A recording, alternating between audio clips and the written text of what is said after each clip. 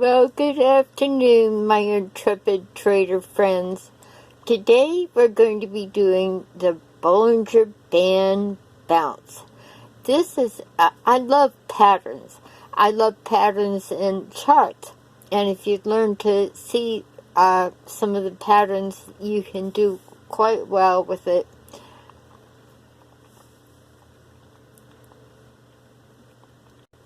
I will be looking at the Canadian US dollar.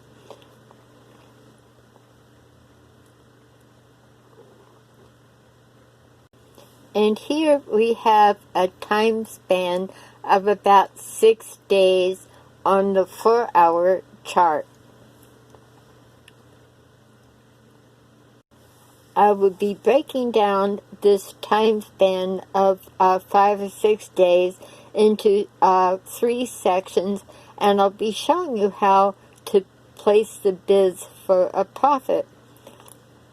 The only problem is, it's so easy. It is so easy to make a mistake with its simplicity, and not too many things are simple these days. Follow along for the buys and sells, and go back and total up the profits, and look at the video again so you get a feeling for it. I have some more videos on this method and different ways you can utilize it. We're starting off with a sell. Let's suppose we just open the chart, and today is September 19th. Okay, the first thing you see is the band is very narrow here on the 4-hour chart. Not much activity. You wait for the first candle to step away or bounce away from the Bollinger Band perimeters. Bollinger Bands are moving averages like anything else, and it will average out the amount of distance that the pair is from the center line or the midline. So you see it just steps away. It's no longer touching the upper band at 3180.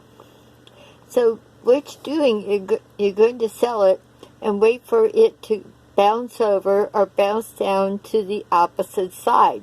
Here you see that the candle did go all the way down to the opposite side, but retreated and left a long wick.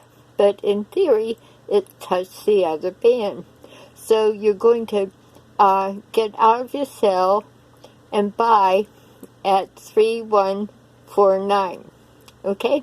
So now you're in a buy, and you go on up, and you go on up, and you wait for it to step away, and you have a sell at 3208. It's a little hard for me to read here. Let me double check. Yes, see, it steps away at this green candle at 3205. When it steps away, you go into a sell, and you follow it down until the next candle starts to pull away from the band. The idea is, think of ping pong. It's going to hit here, then here, back and forth. There's only one place in this example where it did not follow that rule, and leaves you with a $75 tip, 75 tip loss. So you're going to sell here, and at this green candle, 31.55, it bounces up, and it keeps going to 3210. Okay, so at this point, you've made a profit here, you've made a profit to here, here, and here. 1, 2, 3, 4. You've had a whole day, a day and a half of profits, and it, as you know, in foreign exchange, it can really mean anything, small pips or big pips. So it depends on, well, your trading strategies. So let's continue with this example. we have a buy here, down here, where we left off at 32.10. So you put in a buy, and you're going to wait for the currency pair to step away from the band, and it does so here. So that's a nice little stretch, and you have to think these are 4 hours things, so you've got a day and a half here. So you watch it step away, and you get out of your buy at 33.19. Okay, you continue on. Oh, you go into a sell. Are we going to go too far with a sell? Not really. It goes from here to here very quickly, and you're into a buy. And lucky you. So we're going to follow this up. You're in a buy, and you're seeing the lovely color of green. You're hearing the wonderful sound of cha-ching, and it keeps on going all the way over to 3394, where you're going to go into a sell.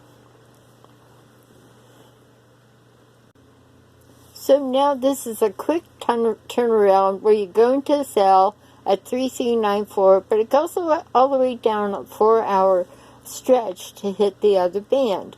So you're going to go into a buy. Actually, I put the buy in at 3350. So you're going to follow it up where it goes up, and you see it hit the other band, and you put in a sell at 3400. Okay, so you follow it down, and these are all 4 hour increments, so a whole day is passing pretty quickly here.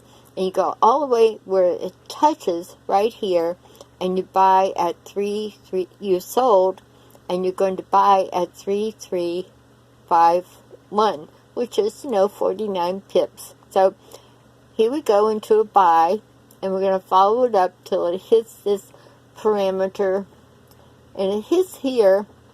Now you can stay in the buy. Oh no, actually you have to wait till it steps away, and it will step away over here.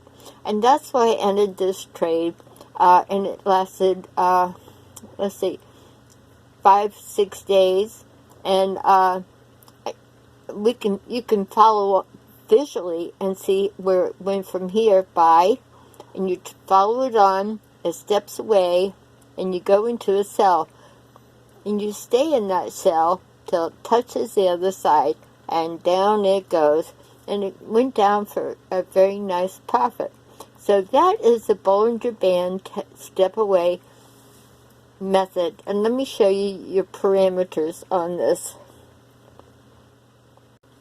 Okay, this, in your training station, you're going to see a place where you can adjust your Bollinger Bands, and the standard set, you'll find it at the bands are at 20, but I cut them in half to 10, because it takes a while, you want to keep it kind of tight. And the deviation, or the midline between the two bands, is 1.4. Okay, and this is the upper band, the color, this is the middle band, and this is the lower band. So you're getting tighter perimeters on the Bollinger Band.